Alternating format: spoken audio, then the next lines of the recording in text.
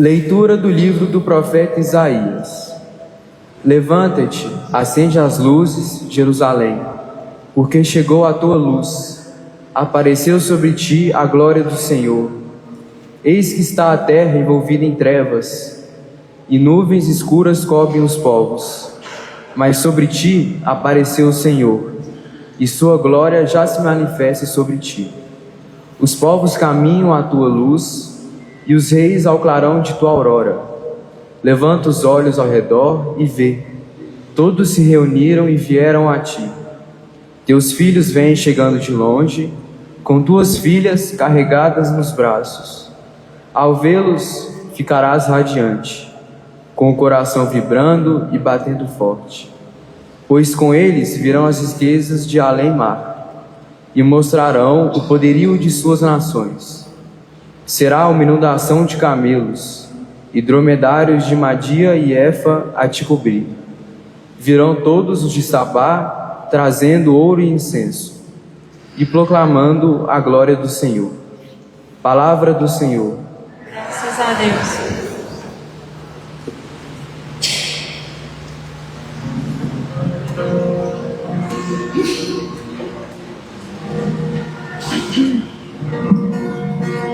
As nações de toda a terra hão de adorar-vos, ó Senhor. As nações de toda a terra hão de adorar-vos, ó Senhor. Dai ao Rei vossos poderes, Senhor Deus. Vossa justiça ao descendente da realeza. Com justiça ele governe o vosso povo. Com equidade ele julgue os vossos pobres. As nações de toda a terra hão de adorar-vos, ó Senhor. Nos seus dias a justiça florirá, e grande paz até que a lua perca o brilho. De mar a mar estenderá o seu domínio, e deixe o rio até os confins de toda a terra. As nações de toda a terra hão de adorar-vos, ó Senhor.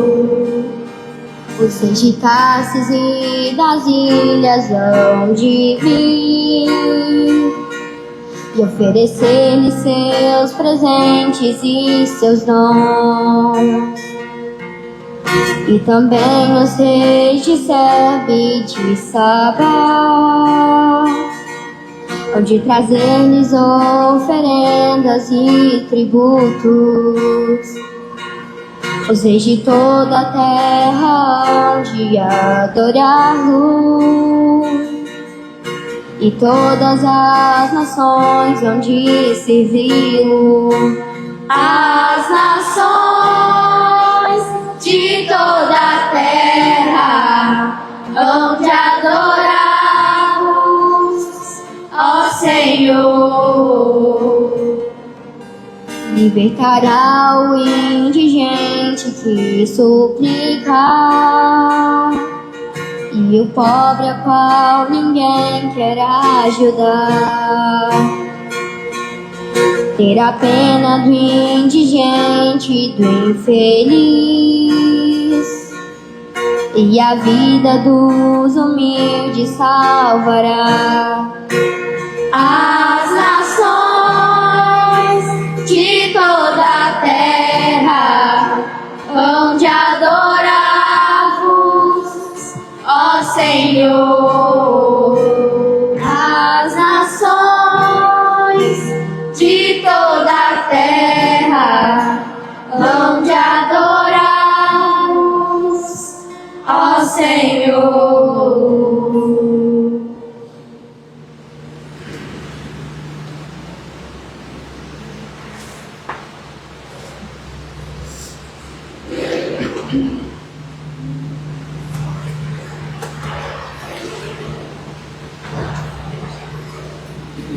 Leitura da carta de São Paulo aos Efésios.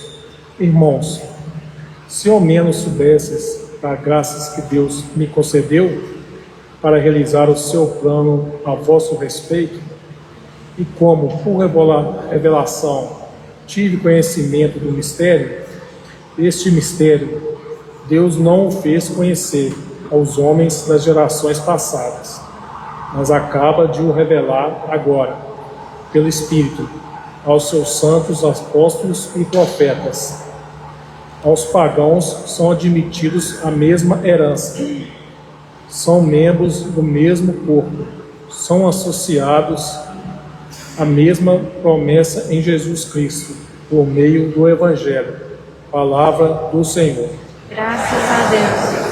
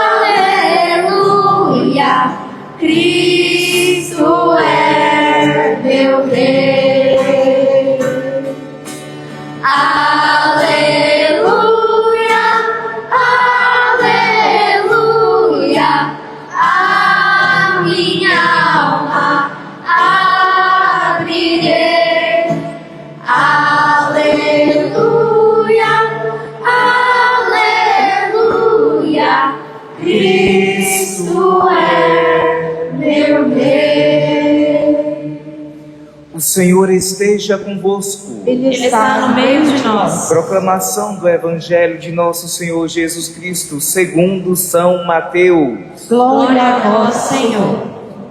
Tendo nascido Jesus na cidade de Belém, na Judéia, no tempo do rei Herodes, eis que alguns magos do Oriente chegaram a Jerusalém, perguntando: onde está o rei dos judeus, que acaba de nascer? Nós vimos a sua estrela no Oriente e viemos adorá-lo. Ao saber disso, o rei Herodes ficou perturbado, assim como toda a cidade de Jerusalém. Reunindo todos os sumos sacerdotes e os mestres da lei, perguntavam-lhes onde o Messias havia de nascer. Eles responderam: em Belém, na Judéia. Pois assim foi escrito pelo profeta: e tu, Belém, terra de Judá, de modo algum és a menor entre as principais cidades de Judá, porque de ti sairá um chefe, que vai ser o pastor de Israel, o meu povo. Então Herodes chamou em segredo os magos e procurou saber deles cuidadosamente quando a estrela tinha aparecido. Depois os enviou a Belém, dizendo: ide e procurai obter informações exatas sobre o menino. E quando o encontrardes, avisai-me, para que também eu vá adorá-lo. Depois que ouviram o rei, eles partiram, e as estrelas que tinham visto no Oriente ia adiante deles, até parar sobre o lugar onde estava o menino. Ao verem de novo a estrela, os magos sentiram uma alegria muito grande. Quando entraram na casa, viram o menino com Maria, sua mãe, ajoelharam-se diante dele e o adoraram. Depois abriram seus cofres e lhe ofereceram presentes: ouro, incenso e mirra. Avisados em sonho para não voltarem a Herodes, retornaram para sua terra, seguindo outro caminho. Palavra da nossa salvação. Glória a vós, Senhor. Podemos nos assentarmos, pois agora iremos escutar o anúncio das datas da nossa igreja.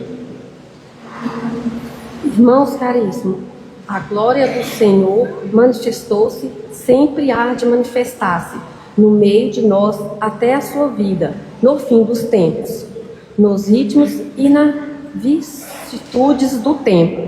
Recordamos e vivemos os ministérios da salvação, o centro do ano litúrgico e tríduo do Senhor crucificado e sepultado e ressuscitado, que culminará no domingo de Páscoa, este ano, a 5 de abril. E cada domingo, Páscoa da semanal da Santa Igreja, torna presente este grande acontecimento, no qual Jesus Cristo venceu o pecado e a morte. Da Páscoa do Senhor procede todas as celebrações do ano litúrgico. As cinzas no início da quaresma, a 18 de fevereiro, e a ascensão ao Senhor, a 17 de maio. Pentecoste, a 24 de maio, e Corpo de Cristo, a 4 de junho. O primeiro domingo do Advento ocorrerá no dia 29 de novembro, também nas festas da Santa Mãe de Deus, dos apóstolos, dos santos e nas comemorações dos fiéis defuntos. A Igreja peregrina sobre a terra proclama a Páscoa do Senhor. O Cristo, que era o que é, há de vir. O Senhor, nos tempos da história, do louvor e glória pelos séculos dos séculos. Amém. Muito bem, meus irmãos e minhas irmãs, acabamos de escutar as nossas datas da nossa igreja, né? A nossa liturgia cometeu um erro gravíssimo, porque eles não prepararam, né? Mas graças a Deus eu estava atento, pedi para anunciarmos, porque isso é importante para nós, né? Porque o que nós ainda estamos no tempo do Natal, estamos vivendo o tempo do Natal ainda. Até próximo domingo não estamos mais na oitava, né? Que é aquele tempo forte do Natal. Mas estamos no tempo do Natal, e celebrar o Natal, nós já celebramos o Natal já de olho em quê? Acabamos de escutar. O centro, a vida da nossa fé está onde? No tríduo pascal de Cristo. Mas para que ele pudesse se entregar, se oferecer, morrer e ressuscitar, ele teria que nascer. Por isso o Natal está tão ligado a Páscoa, o tríduo pascal. Por isso que hoje, na abertura, né, praticamente do ano, nós estamos aí lembrando, olha, dia 18 de fevereiro iremos começar o quê? O que é que teremos 18 de fevereiro?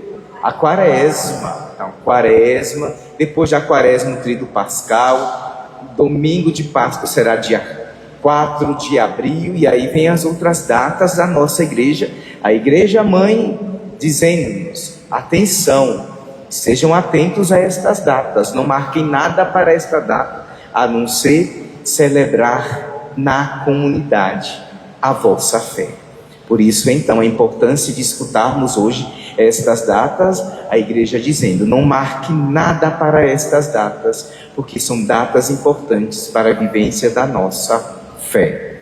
Muito bem, então, fechando esse parênteses das datas, vamos nos voltarmos para este domingo, domingo da Epifania do Senhor. Então, da manifestação, Deus se manifesta, Deus mostra o seu rosto em um pequeno menino chamado Jesus Cristo, o Deus conosco, o Emanuel. Então, estamos no tempo do Natal, como eu já falei, para a grande maioria, né? Amanhã mesmo já vão tirar as árvores de Natal, as luzes, tudo. Já tem gente desde dezembro já pensando no carnaval, né? Então, a partir de amanhã só se fala em carnaval. Engraçado. Mas enfim, então, apesar disso, nós, os cristãos católicos, ainda vivendo esse clima do Natal, como eu falei, até o próximo domingo estaremos no tempo do Natal. Então, tempo ainda de ruminando o que foi, o que é este acontecimento na minha vida, na minha história, o que é que o Natal traz e modifica a minha vida. Então, por isso temos os tempos fortes da igreja, assim como a quaresma, que iremos começar agora, 18 de fevereiro, que é um tempo forte de oração, de jejum, de caridade. O tempo do Natal, o que é que ele traz para a minha vida que vai me fazer diferente? Que deve nos fazer diferente. Se o Natal não mexe conosco, entra Natal e sai Natal e continuamos a mesma coisa, tem muita coisa errada dentro de nós, muita mesmo, precisando urgentemente da manifestação do Senhor. Por isso então, muitos ainda já se livrando do Natal, não, nós estamos ainda nesse tempo importante. E dentro desse tempo, antes de finalizarmos com o batismo de Jesus no próximo domingo, temos a manifestação, a Epifania do Senhor, que é proclamar o nascimento do nascimento do Cristo na gruta em Belém, que não se encerra num espaço e não se limita a um tempo e a um povo, porque devemos, eu acho que eu falava isso, foi antes do Natal que eu lembrava, que para vivenciarmos bem o Natal, precisamos entender a história da salvação. Vocês conhecem a fundo a história da nossa salvação? Vocês conhecem o que levou Jesus Cristo a se encarnar e a doar a sua vida por cada um de nós? Se não, temos um novo ano para adentrarmos, a enveredarmos nestes caminhos da história da nossa salvação. Conhecermos a Sagrada Escritura. E padre, mas eu leio a Bíblia e não compreendo nada. Não importa, leia a Sagrada Escritura. Porque mesmo quem não tem um conhecimento mínimo de teologia ou de exegese bíblica, vai entender as narrativas que nos são narradas nas histórias, desde Gênesis até Apocalipse. Mas para entendermos, não precisamos irmos até Apocalipse, não.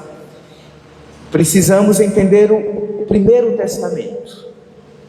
O que foi que levou à encarnação de Jesus? Deus estava lá sem fazer nada no céu. Eu estou tão sem fazer nada aqui, eu vou lá por meio dos meus, da humanidade, eu vou lá morar com eles. Foi assim? Não foi assim.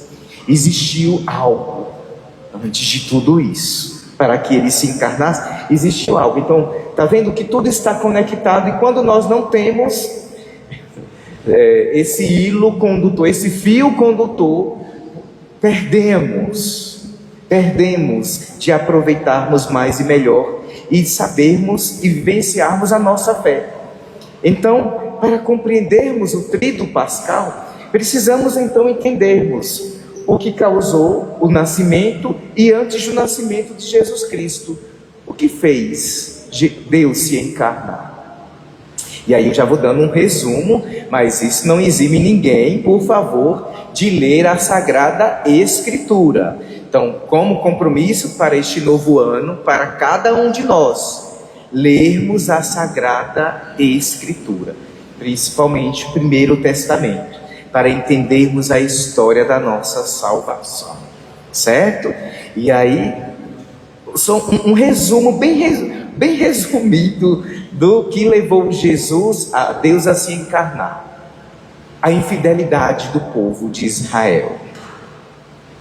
Só vou dizer isso: a dureza do seu coração, de não escutar, de não fazer a vontade de Deus. Foi isso que levou à encarnação do Verbo, certo? E aí então depois entendermos o porquê ele se sacrificou por nós, o porquê ele nos redimiu. Porque lá atrás, os nossos primeiros pais, eles foram infiéis ao Senhor e então se perderam, e juntamente com ele toda a humanidade se perdeu. Por isso então Deus teve que intervir e não, eu estou sem fazer nada aqui, eu vou lá habitar no meio deles, não. E se encarnou e doou a sua vida por cada um de nós. Um resumo, bem resumão, para entendermos até chegarmos o porquê, a importância da Epifania do Senhor, a importância de termos claro o que é o Natal para a nossa vida. Então, meus irmãos e minhas irmãs, Deus se manifesta dentro dessa história da salvação, ele se manifesta à humanidade. E por quê? Porque Ele quer salvar a todos. Porque Ele quer nenhum de nós nos percamos. Que ninguém fique de fora da salvação. Por isso, então, importante entendermos a história da salvação, o seu nascimento, a sua epifania, até chegarmos ao tríduo pascal. E aí iremos compreender a nossa fé no todo. Muito bem. Então, celebrarmos hoje a epifania, a manifestação do Senhor, é lembrar que a epifania do Senhor é a luz, é a certeza de que, se o mundo estava envolto às trevas, brilhou para nós uma luz. Cristo Jesus. Tem até um canto do Natal que diz: e hoje nasceu, hoje brilhou a nós o Cristo Jesus, nasceu e veio nos iluminar. Então, Jesus é esta luz, a luz da primeira leitura de hoje. E então Jesus, Deus se revelando na história e assumindo a nossa humanidade, Deus então manifesta o mistério da sua salvação. Por isso que eu falava da importância de conhecermos a história da salvação, de vida plena. E essa salvação, meus irmãos e minhas irmãs, na Epifania nos traz algo importante e nos diz que a salvação, ela, apesar de ser individual, ela é para todos. A Epifania, a presença dos magos e não dos reis magos, eu não sei de onde que eu não vi outros evangelhos, mas no evangelho de hoje, de Mateus, nós não encontramos que tem os reis magos. Tem, os magos foram visitar o menino e não os reis. Não sei de onde tiraram que são reis magos, mas os magos que foram visitar o menino, pelo menos em Mateus, que é ele que faz uma explanação maior. Eu acho que é ele só que traz o detalhe dos magos. Os outros evangelistas não trazem os magos. Porém, na história da igreja deve ser tirado de algum lugar para dizer que eles, ao chegarem e visitarem de vários lugares, isso significa que a salvação é para todos. Mas o povo de Israel pensava que a salvação era só para ele, e realmente no início foi só para eles. Então, entender a Epifania é entender que a salvação de Deus é para todos. Agora, se todos estão abertos para essa salvação, aí é outra coisa. Porque os magos estavam abertos para a salvação e se deixaram guiar pela luz da estrela. Herodes não. Herodes, ao saber que o menino tinha nascido, o menino Deus, queria o quê? Matá-lo. Ao ponto de quando os magos chegaram em Jerusalém, porque se era o rei que iria nascer, onde que nasce o rei? No palácio. E o palácio estava em Jerusalém. Então eles se direcionaram para lá. Quando chegaram lá, viram que a coisa, esse rei era diferente. Era diferente, Não nasceu no palácio. E então ficaram meio desnorteados, mas depois se recompuseram e então seguiram a luz e chegaram até o menino Deus, o rei dos judeus. E até então que não se tem rei magos no evangelho de Mateus, porque Mateus só considera uma pessoa como rei. E quem é o rei de Mateus? Jesus Cristo. Não existe outro rei. Por isso são os magos e não os reis magos, porque em Mateus só existe um, e ele não dá o lugar desse um rei para ninguém. E por isso então nós também não devemos darmos este lugar que deve ser de Jesus Cristo na nossa vida para ninguém, para nada, no aqui e no agora, a não ser para o Senhor Jesus Cristo, que é Ele que tem que reinar nas nossas vidas, porque foi Ele que nos deu e nos dá todos os dias. Em cada Eucaristia celebrada, nós lembramos, nós fazemos memória da sua entrega por cada um de nós. Por isso, então, Ele deve ter um lugar de destaque na nossa vida, nas nossas famílias, na vida das nossas crianças. Hoje a missa é com as crianças, então sempre apresentarmos este Rei Jesus Cristo, os quais os magos foram adorar, para que também os nossos pequenos, desde cedo, já comecem a buscar este Rei, assim como os magos buscaram. Que eu, você, que nós sejamos os magos dos dias de hoje, não esses magos que têm poderes, não, para dizer estas pessoas que buscam a Deus e que se deixam ser iluminados e transformados pela ação deste Deus. Que esta Eucaristia então nos ajude, meus irmãos e minhas irmãs, nesta nossa caminhada de buscarmos ao Senhor. Que este ano de 2026 seja um ano de muita busca e encontro com Deus. Encontro. Haverá desencontro? Sim, mas não percamos o nosso rumo. Houve um desencontro dos magos, né? Foram para Jerusalém, não para Belém, mas eles voltaram para o caminho da estrela, o caminho iluminado. Muitas vezes nós somos tentados pelo mundo, pelo tentador, a nos desviarmos do caminho que nos leva para a salvação.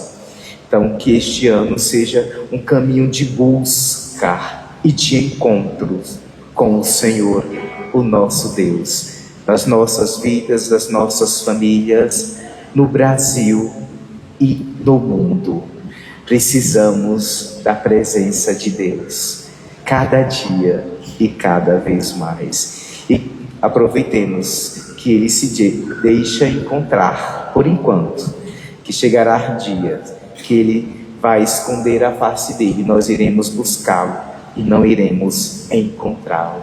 Por isso aproveitemos esse tempo de graça, ainda é Natal, e que o Natal então nos transforme, transformando as nossas vidas, sejamos pessoas melhores, sejamos pessoas cheias de Deus, para podermos levarmos este Deus, esta luz, a tantas pessoas que vivem em trevas. Que o Senhor nos ajude, que Maria, a Senhora da Luz, juntamente com seu esposo, o justo José, interceda por nós, para que assim como eles, que eles conseguiram se permanecer firmes nos caminhos do Senhor, que nós também possamos permanecer firmes, sem desviarmos. E se por acaso desviarmos, voltarmos quanto antes para os caminhos do Senhor. Louvado seja nosso Senhor Jesus Cristo. De pé, professemos a nossa fé.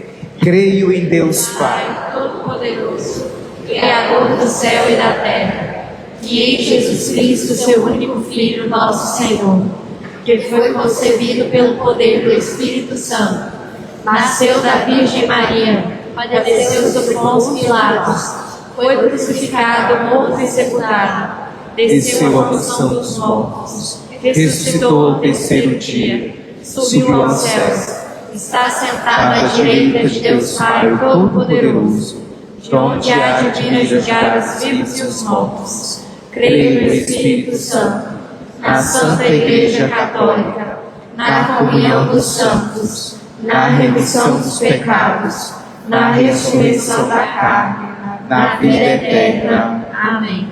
Senhor Deus, cheios de esperança e na alegria deste encontro convosco, a vós clamamos. Senhor, ouvi-nos. Senhor, ouvi-nos. Para que a Igreja, vivificada pelo nascimento de Jesus Salvador, caminhe firme na fé, seja generosa na caridade e acolhedora de todas as crianças, rezemos. Senhor, ouvi-nos. Para que as crianças sejam abrigadas pelas famílias, para que vivam com dignidade como brasileiros, rezemos. Senhor, ouvi-nos. Para que nas famílias haja a todo tempo o cuidado de cultivar o respeito e o perdão entre todos, rezemos. Senhor, ouvi-nos.